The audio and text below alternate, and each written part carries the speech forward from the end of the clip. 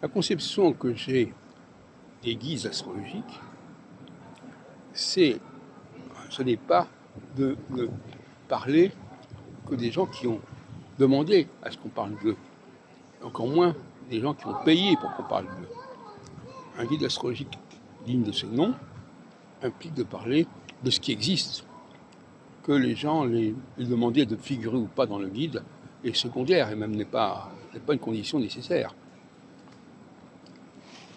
Dans mes guides, je n'ai jamais demandé aux gens s'ils voulaient qu'on parle d'eux ou s'ils voulaient payer pour qu'on parle d'eux. C'est tout à fait inadmissible.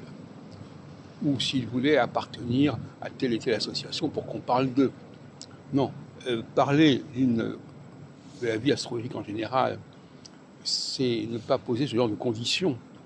C'est tout simplement dire ce qui se fait, constater les choses. En 2006, quand j'ai publié mon livre blanc sur l'astrologie, j'ai notamment pris connaissance de ce qui se faisait sur les réseaux sociaux, ce que les gens disaient sur eux-mêmes d'ailleurs, souvent, mais je n'ai jamais demandé la permission de parler de celui-ci ou de celui-là. Et pour moi, il va de soi, si quelqu'un a une certaine activité importante et intéressante, eh bien, il est normal d'en parler, quelles que soient les relations que nous avons avec cette personne au niveau personnel, etc. Donc ça, au niveau scientifique, si on peut dire, il n'est pas question de conditionner la parution d'une notice sur telle et telle personne, ou sur telle et telle association, au fait que la personne ait fait une démarche dans ce sens. Bien au contraire.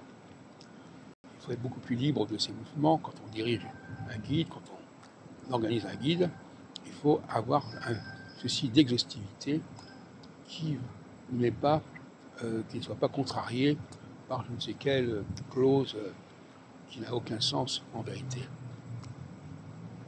Donc il y a une déontologie du guide astrologique que j'aimerais qu'elle soit respectée, et à la DAF, leur annuaire n'est absolument pas exhaustif, et il laisse de côté tous ceux qui se sont mis en dehors.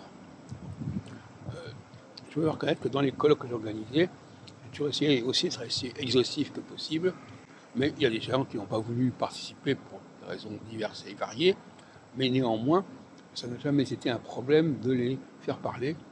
Non seulement faire parler ceux qui s'étaient inscrits à l'avance pour parler, mais même des gens qui débarquaient dans mes colloques, je leur laissais la place.